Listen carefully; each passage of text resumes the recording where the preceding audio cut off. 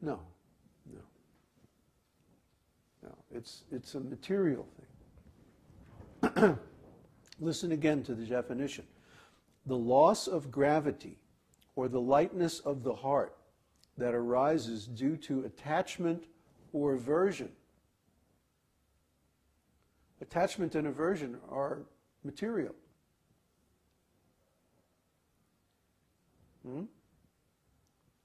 The symptoms of chapalyam are lack of discrimination, harsh speech, and whimsical behavior, all of which we see in materialistic people.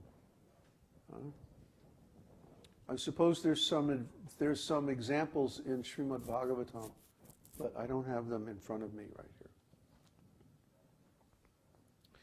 Okay, three more. Nidra. Nidra means deep sleep or complete unconsciousness.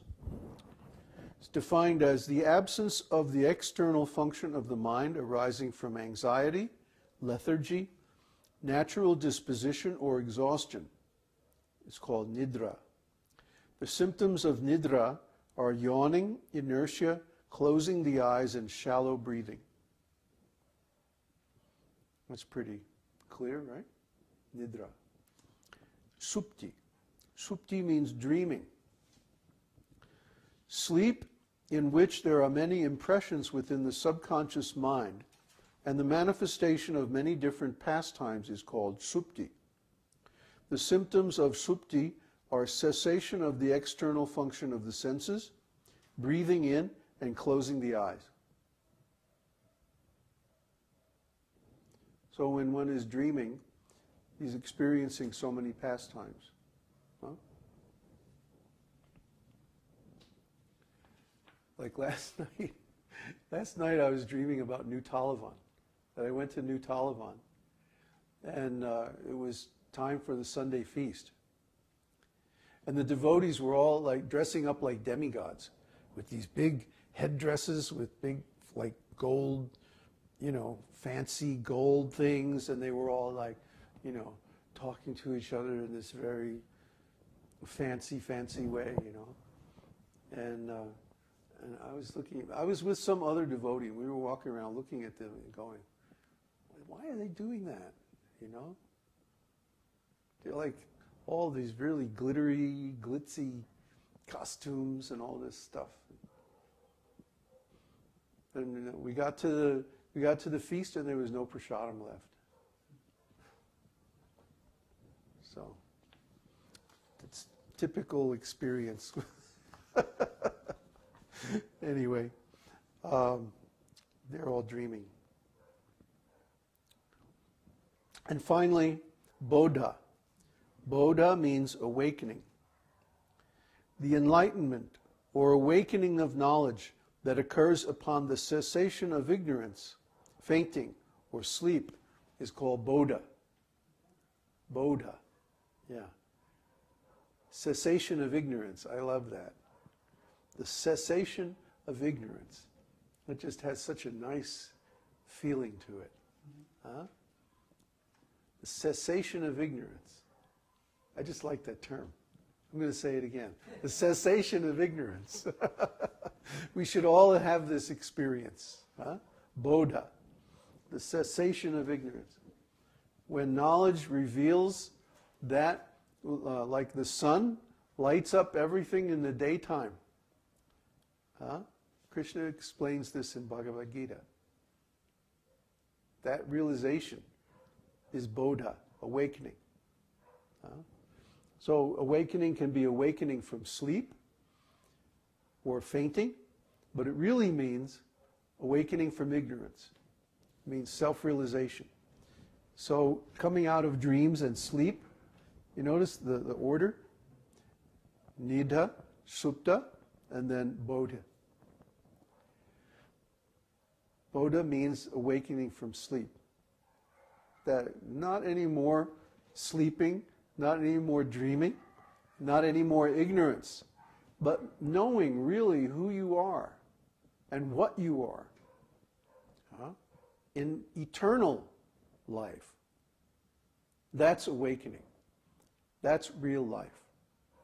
this other life in this material world, of this temporary identity based on the body, this is dreaming, this is sleeping. Huh? I mean, we see this all the time. Like when you walk around in the material world, we were at the store yesterday, and some rascal lady was there, you know, the superintendent who gives out the money to the cashiers at the store, you know. And oh, she was just so ugly. She was so incredibly ugly. And she was thinking, I am the head of the cashiers, and I get to give out the money to everybody, and this is who I am. She was actually thinking like that. And I have a right to be ugly because these are young girls, and I'm the boss of all of them. And I can be ugly, I can be nasty, I can say whatever I want and treat them however I want, and they can't do anything. And I was thinking, wow, you know, this is such amazing ignorance. Here is this lady in her 50s, and she doesn't have any beauty at all. Not internally or externally. Huh? It's only cruelty and viciousness and forcefulness and sleep. Huh? And I was thinking back on my early life and how so much of my motivation in life came from seeing my own family members getting old, and they had no beauty about them. They had not attained anything wonderful in their lives. Everything in their life was just ugly and depressing, angry, bitter, you know, nasty. And so much of my motivation came from seeing that in my early days and thinking, oh, I don't want to wind up like that.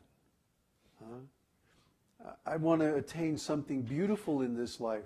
So, you know, even if I do get old and sick and my body becomes impotent, I can look back and say, at least I did this something beautiful, you know. And so actually at this point in my life, I'm very satisfied. You know, I've written commentary on Vedanta Sutra. I've made so many other books and recordings and videos and preaching about Krishna and kirtans and everything like that. I have no worries. I've actually attained everything that I set out to attain in this life. And now we're in the extra credit, stage of the course, where I'm doing things I never thought would be possible for me. I mean, always thought that it was possible to attain self-realization. I never doubted that. I always thought I'm going to attain it in this lifetime. But I never thought that I would be able to make a community or you know, start a whole branch of our Sangha, our parampara. That's amazing to me. It's astonishing. I never thought I could do it. But by the blessings of my spiritual master, I'm able to do it. It's not really my potency, it's his potency. I'm just following his orders. So somehow or other, he's empowering me. But I don't think of it as being me or being mine. Or, you know, I don't think like I'm the doer. It's just happening. It's happening around me. And these boys, you know, are coming and studying. And, well, I guess they're learning a couple of things. But anyway, this stuff that we're talking about is very advanced. You won't actually run into this. You won't actually experience this stuff for maybe years, you know. So, but I had to say it. I had to discuss it, just for the record, to show that it's there, and this is really the focus, this is really the center of our teaching. This rasa tattva. Rasa tattva means the truth about transcendental love and relationships. Rasa tattva is the center of the esoteric teaching. It really is the esoteric teaching. And all the other stuff, you know, the rituals and the mantras and the prayers and the philosophy and the reasoning and all that stuff, that's all subordinate. That's just preliminary. It's just so you have enough background to understand what these transcendental relationships and transcendental emotions are all about. Why do we feel a certain way towards Krishna? Why does Krishna feel a certain way towards us? See? How do these feelings develop one into another? How do they grow? See? We're just in the beginning of this. We're just talking about the vocabulary. These are the different feelings. Now, how do they relate dynamically to one another? Which of them are harmonious with each other, and which are inharmonious? Which, in other words, which are rasa? Rasa means relishable, nectar.